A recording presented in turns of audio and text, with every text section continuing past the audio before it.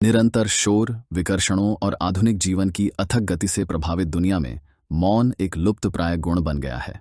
Social media, सूचनाओं की अंतहीन धाराएं, दैनिक गतिविधियों की गड़गड़ाहट और हर जगह हमारे साथ रहने वाले गैजेट्स ने चुप्पी को दूर कर दिया है।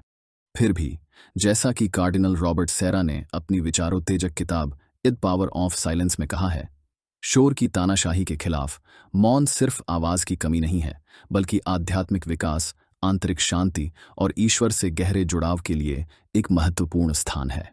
कार्डिनल सेरा पाठकों से आग्रह करते हैं कि वे अपने जीवन पर पुनर्विचार करें और पवित्रता को फिर से पाने के लिए मौन को अपनाएं। वे कहते हैं कि मौन में ही भगवान सबसे स्पष्ट रूप से हमसे बात करते हैं, जोरदार घोषणाओं या चमत्कारों से नहीं, बल्कि एक सौम्य उपस्थिति से जो केवल शांति में महसूस की जा सकती है। मौन हमें ईश्वर के रहस्य का अनुभव करने, उनकी आवाज सुनने और आध्यात्मिक रूप से विकसित होने की अनुमति देता है। पुस्तक का शीर्षक मौन की शक्ति सेरा के इस विश्वास को दर्शाता है कि मौन एक ऐसी शक्ति है जो हमें अर्थ, उद्देश्य और ईश्वर से निकटता पाने में मदद करके हमारे जीवन को बदल सकती है। सेरा पाठकों को इस युग में मौन के महत्व पर गहराई से सोचने का अवसर देते हैं, जहां शोर लगभग अत्याचारी बन गया है। वे सुझाते हैं कि शोर हमें खुद से और इससे भी महत्वपूर्ण ईश्वर से दूर ले जाता है। यह हमें आंतरिक जीवन से भटकाता है, जहां ईश्वर के साथ हमारा संबंध पनपता है। कार्डिनल सेरा की पुस्तक मौन को अपनाने का निमंत्रण है, न कि डरने की चीज के रूप में, बल्कि एक ऐसे स्थान के रूप में जिसे विकसित किया जा सकता है। मौन के माध्यम से हम दैनिक जीवन पर हावी विकर्षणों का सामना कर जीवन के रहस्य को फिर से खोज और अंततः अपने हृदय को ईश्वर की उपस्थिति के लिए खोल सकते हैं। ईश्वर बोलते नहीं, लेकिन उनकी आवाज बिल्कुल स्पष्ट है। पुस्तक के पहले अध्याय में कार्डिनल सेरा इस बात पर चिंतन करते हैं कि कैसे ईश्वर मानवता से संवाद करते हैं, न कि जोर से गरजती आवाज या सीधी घोषणाओं के माध्यम से, बल्कि शांत और सूक्ष्म तरीकों से। कोमल कानाफूसी जो केवल मौन में सुनी जा सकती है। सेरा कहते हैं, ईश्वर की आवाज मौजूद है, पर उसे सुनने के लिए मौन में ध्यान देना जरूरी है। यह दिव्य संवाद न तो तुरंत होता है, न ही जबरदस्त। यह नरम, सूक्ष्म और सदा मौजूद है, पर केवल मौन में ही सुनी जा सकती है। सेरा मनुष्य की निरंतर संवाद की जरूरत को ईश्वर के बोलने के विरोधाभासी तरीके से तुलना करते हैं। ईश्वर नहीं बोलता, पर जब हम शांत होते हैं, उसकी आवाज स्पष्ट होती है। सेरा के अनुसार मौन आत्मा के लिए उपजाऊ भूमि बनाता है, जिससे आध्यात्मिकता पनपती है। आधुनिक जीवन के शोर में इस दिव्य संवाद को सुनना मुश्किल हो जाता है। कार्डिनल कहते हैं कि ईश्वर की उपस्थिति हमेशा हमारे साथ होती है, पर हमारी क्षमता उसे महसूस करने और समझने की, रोजमर्रा के शोर और व्यवधानों से दूर हटने की हमारी इच्छा पर निर्भर करती है। मौन ईश्वर से संवाद का माध्यम बनता है, जहां हम दिल खोलकर दैवी कृपा पा सकते हैं। सेरा पाठकों को विनम्रता से मौन अपनाने को कहते हैं, क्योंकि मौन में हम ईश्वर की इच्छा बेहतर समझ पाते हैं। वे बाइबल के उदाहरण देते हैं, जैसे एलियाह का अनुभव, जहां धीमी आवाज में ईश्वर की उपस्थिति प्रकट होती है। मौन में ईश्वर ध्यान नहीं मांगता, बल्कि चुपचाप खुद को सुनने वालों के लिए प्रस्तुत करता है। यह अध्याय पाठकों को जीवन के शोर से दूर होकर ईश्वर की आंतरिक आवाज को गहराई से सुनने का आह्वान करता है। अध्याय 2, मौन और ईश्वर की प्रधानता। सेरा कहते हैं कि जीवन में ईश्वर की प्रधानता के लिए मौन आवश्यक है। उत्पादकता और व्यस्तता को महत्व देने वाली दुनिया में ईश्वर की केंद्रीय भूमिका को भूलना आसान हो जाता है। मौन, वह कहते हैं, हमें ईश्वर पर ध्यान केंद्रित करने और उन्हें जीवन के केंद्र में रखने की अनुमति देता है। आधुनिक शोर, गतिविधि और बाहरी मान्यता का मोह हमें ईश्वर के अनुभव के लिए आवश्यक चिंतन से दूर करता है। सेरा बताते हैं कि यह निरंतर गतिविधि हमें वास्तव में महत्वपूर्ण चीजों से दूर करती है। मौन, विपरीत रूप से, विकर्षणों को हटाकर हमें शाश्वत पर ध्यान केंद्रित करने में मदद करता है। यह चिंतन को बढ़ावा देता है, जहां हम ईश्वर की सर्वोच्चता पर मनन कर उनकी इच्छा को समझ सकते हैं। मौन के समय बनाकर हम ऐसा स्थान तैयार करते हैं जहां ईश्वर हमारे हृदय में कार्य कर सकें। सेरा पाठकों को व्यस्त दिन में भी शांति के पल निकालने के लिए प्रोत्साहित करते हैं। मौन के बिना वह चेतावनी देते हैं, हम जीवन के शाश्वत सत्य से दूर हो सकते हैं और दुनिया की तुच्छताओं में फंस सकते हैं। मौन ईश्वर की सर्वशक्तिमत्ता और प्रेम के प्रति हमें अधिक जागरूक बनाता है। सारा कहती हैं कि मौन में हम अपनी सीमाओं और ईश्वर की अपार शक्ति का सामना करते हैं। जब हम अपने विचारों और चिंताओं को शांत करते हैं, तब हम ईश्वर को नियंत्रण लेने देते हैं। उस शांत क्षण में ईश्वर की असीम शक्ति और प्रेम स्पष्ट होते हैं, जो हमारे जीवन के केंद्र में उनके स्थान को याद दिलाता है। अध्याय 3 ईश्वर मौन है। कार्डिनल सारा की पुस्तक की एक गहन अंतर्दृष्टि यह है कि ईश्वर स्वयं मौन है।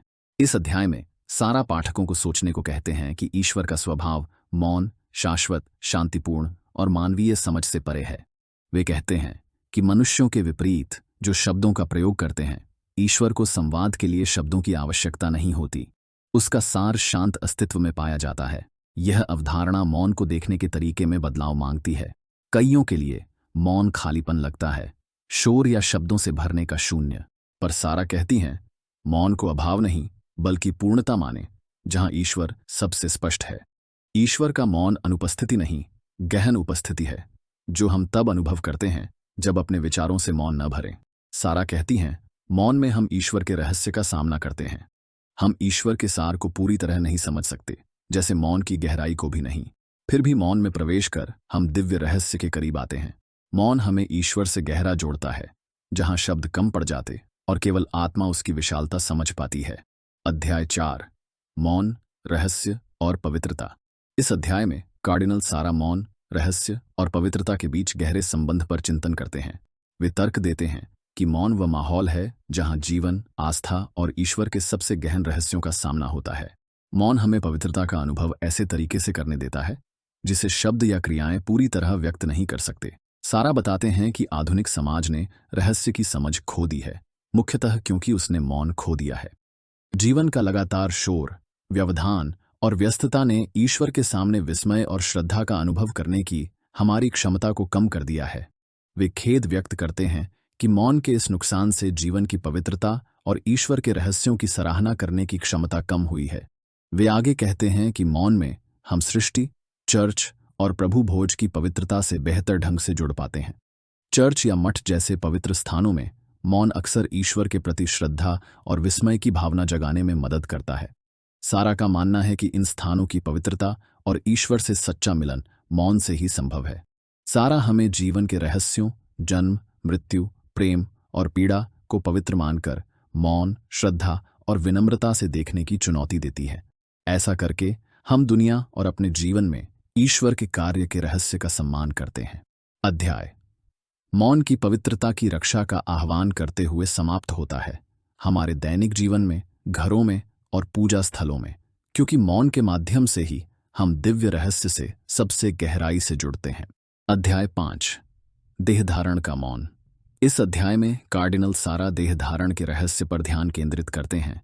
जब ईश्वर यीशु मसीह के रूप में मनुष्य बने, वे जोर देते हैं कि यह घटना, जो ईसाई धर्म का मूल है, गहन मौन में घटित हुई। सारा मसीह के जन्म की शांत विनम्रता को दुनिया के शोर और अराजकता से विपरीत बताती हैं।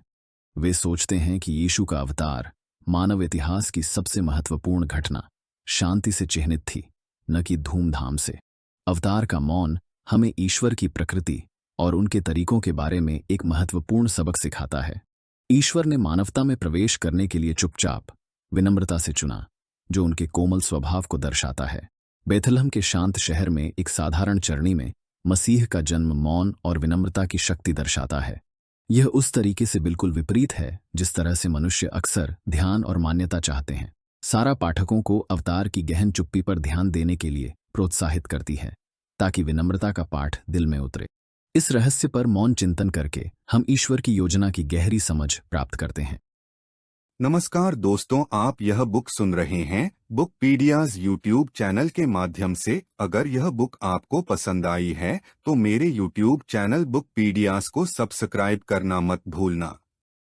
सारा याद दिलाती है कि जैसे देहधारण मौन में हुआ, वैसे ही हमारे जीवन में अनुग्रह के कई शक्तिशाली क्षण भी होते हैं। यीशु के जन्म की चुप्पी दर्शाती है कि ईश्वर अक्सर शांत, सौम्य और दुनिया के शोर से छिपे तरीकों से काम करता है। अध्याय 6 यीशु का मौन। इस गहन अध्याय में कार्डिनल सारा यीशु के जीवन में गहराई से देखते हैं, दिखाते हुए कि उनकी सेवा गहन मौन से जुड़ी थी। सुसमाचारों में हम यीशु को अक्सर भीड़ से दूर, एकांत में पिता के साथ संवाद करते देखते हैं। ये एकांत के क्षण महत्वपूर्ण हैं, जो यीशु की शांति और मौन की आवश्यकता दिखाते हैं, जैसे वह अपनी सेवा और आगामी कार्यों के लिए तैयार होते। सारा बताते हैं कि यीशु का मौन निष्क्रिय नहीं था, बल्कि एक सक्रिय चुनाव था, पिता के साथ अपने संबंध को मजबूत करने का साधन। यीशु अक्सर मौन प्रार्थना के लिए जंगल, पहाड़ों या बगीचों में जाते थे, जहां वे दुनिया के विकर्षणों से दूर परमेश्वर के साथ पूरी तरह उपस्थित हो सकते थे। इन पलों में उन्होंने अपने अनुयायियों के लिए आध्यात्मिक जीवन में मौन के महत्व का उदाहरण प्रस्तुत किया। मौन में जाने का यीशु का अभ्यास हमें याद दिलाता है कि शांति में ही हम परमेश्वर से घनिष्ठता से मिल सकते हैं और अपने विश्वास को जीने के लिए मार्गदर्शन और शक्ति पा सकते हैं। यीशु की चुप्पी के सबसे प्रभावशाली उदाहरणों में से एक उनके प्रायश्चित के दौरान आता है। कार्डिनल सारा इस पर विचार करते हैं कि कैसे यीशु अपने परीक्षण और क्रूसारोहण के दौरान झूठे आरोपों, मजाक और तीव्र पीड़ा के सामने मौन रहे। रोमी राज्यपाल पुंतियुस पिलातुस के सामने यीशु ने सीधे प्रश्नों पर भी अपना बचाव न करने का चुनाव किया। उनका मौन कमजोरी या असहायता का नहीं, बल्कि आध्यात्मिक शक्ति का प्रतीक था, पिता की इच्छा के प्रति एक गहन समर्पण। यीशु का मौन मृत्यु के सामने भी ईश्वर की योजना में विश्वास का प्रतीक था। सारा कहती हैं कि हम भी कठिन समय में यीशु की तरह मौन का उपयोग सीख सकते हैं। मौन को अपनाने से ईश्वर में हमारा विश्वास और गहरा हो जाता है। यह हमें उसकी इच्छा सुनने और अपने डर को उसकी योजना को सौंपने देता है। शोर की दुनिया में यीशु के मौन का अनुसरण साहस और विश्वास मांगता है। मौन आंतरिक शक्ति का स्रोत बनकर जीवन की चुनौतियों से निपटने में मदद करता है। कार्डिनल सारा कहते हैं, क्रूस पर यीशु का मौन दिव्य प्रेम का सर्वोच्च उदाहरण है। क्रूस पर मानवता के पापों के लिए कष्ट भोगते हुए यीशु ने बहुत कम बोला, बल्कि उनका मौन ही बहुत कुछ कह गया। यह पिता की इच्छा के प्रति पूर्ण समर्पण और त्यागपूर्ण प्रेम की अभिव्यक्ति थी। क्रूस पर मौन सहन से यीशु ने सिखाया कि चुप्पी मुक्तिदायक हो सकती है। जब हम अपना दुख उनके साथ जोड़ते हैं, विशेषकर मौन प्रार्थना और चिंतन द्वारा, हम क्रूस के रहस्य और मसीह के मुक्तिदायी कार्य में भाग लेते हैं। सारांश में सारा पाठकों को यीशु की चुप्पी को अपनी आध्यात्मिक यात्रा का आदर्श बनाने के लिए प्रोत्साहित करती है। जीवन की चुनौतियों, अनिश्चितताओं और पीड़ाओं में हमें यीशु के उदाहरण पर चलकर मौन के क्षण खोजने का निमंत्रण मिलता है, जहां शांति, शक्ति और ईश्वर से गहरा जुड़ाव मिल सके। अध्याय 7। आराधना में मौन कार्डिनल सारा के विचारों में विशेष स्थान रखता है, क्योंकि वे इसे पवित्रता से जुड़ने का सबसे शक्तिशाली माध्यम मानते हैं। इस अध्याय में सारा आधुनिक उपासना में बढ़ते शोर और व्यस्तता पर चिंता व्यक्त करते हैं।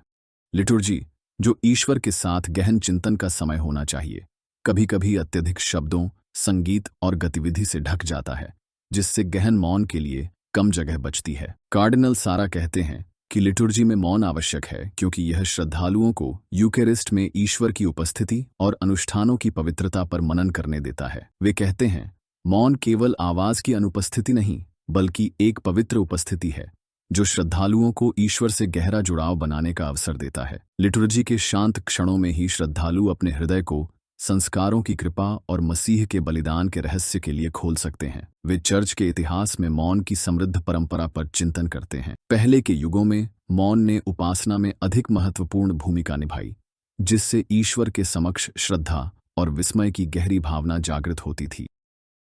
नोस्टिक परंपराओं ने विशेष रूप से आध्यात्मिक गहराई के मार्ग के रूप में मौन के महत्व को समझा। मौन को दैनिक प्रार्थना, चिंतन और पूजा में शामिल किया गया, जिससे पवित्रता और ध्यान का माहौल बना। कार्डिनल सेरा आधुनिक पूजा पद्धति में मौन की वापसी का आह्वान करते हैं। वे मानते हैं कि मौन को लिटर्जी के हर हिस्से में शामिल करना चाहिए, ताकि उपासक भगवान से व्यक्तिगत और गहन रूप से जुड़ सकें। उदाहरण के लिए, पवित्र शास्त्र के पठन के बाद ईश्वर के वचन पर चिंतन के लिए मौन के क्षण होने चाहिए।